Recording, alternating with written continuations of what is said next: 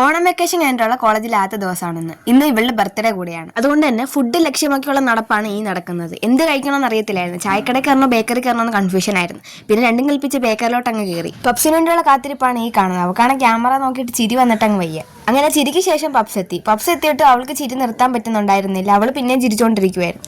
എന്തായാലും ഞങ്ങൾ പപ്സ് കഴിക്കാൻ തുടങ്ങി. ആ തീറ്റയൊക്കെ ഉണ്ട്, നൂഡിൽസ് അകത്താക്കുന്ന പോലെയാണ് പപ്സ് അകത്താക്കുന്നത്.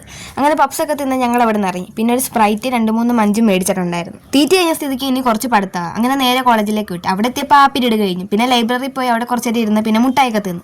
പിന്നെ ചോറൊക്കെ കൊണ്ട് കഴിഞ്ഞപ്പോൾ ചായ കുടിക്കാൻ ഒരു കൊതി. അങ്ങനെ 3 ആ വെയിലത്ത് ചായ കുടിക്കാൻ ഇറങ്ങി. നേരത്തെ ചായക്കട എടുത്തുവരെ പോയെങ്കിൽ അവിടെ കയറാൻ പറ്റാത്തതിൻ്റെ ഒരു വിഷമം ഉണ്ടായിരുന്നു. അതുകൊണ്ട് അതങ്ങ് തീർക്കാമെന്ന് കരുതി നേരെ അങ്ങോട്ടേക്ക് അങ്ങ് വിട്ടു. വൈകുന്നേരം ആയതുകൊണ്ട് രാവിലത്തേനേക്കാൾ കൂടുതൽ മെനു ഇന്ന് അവിടെ ഉണ്ടായിരുന്നു. അങ്ങനെ ഞങ്ങൾ 2 സുഖിയാനും ഒരു പരിപ്പോടെയും പറഞ്ഞു. അതിറങ്ങാൻ വേണ്ടിയിട്ട് ഓരോ ചായ പറഞ്ഞു. ചായ എത്തിയപ്പോഴേക്കും കടി തീർന്നു. അങ്ങനെ വീണ്ടും 2 കടി പറഞ്ഞു. അങ്ങനെ തീറ്റയും കൂടിയെല്ലാം അവസാനിപ്പിച്ച് നേരെ കോളേജിലേക്ക് നടന്നു. അവിടെ എത്തിയപ്പോൾ പീരീഡ് എല്ലാം കഴിഞ്ഞിട്ടുണ്ടായിരുന്നു. അപ്പോഴാണ് ഭവ്യ കോളേജിലേക്ക് വരുന്നത്. പിന്നെ അവൾക്കൊരു ഹായ് ഒക്കെ പറഞ്ഞ് നമ്മൾ കോളേജിലെത്തി. ഇനി നിന്നിട്ടും കാര്യമില്ല, എന്നാ ഇനി വീട്ടിലേക്ക് പോവാം.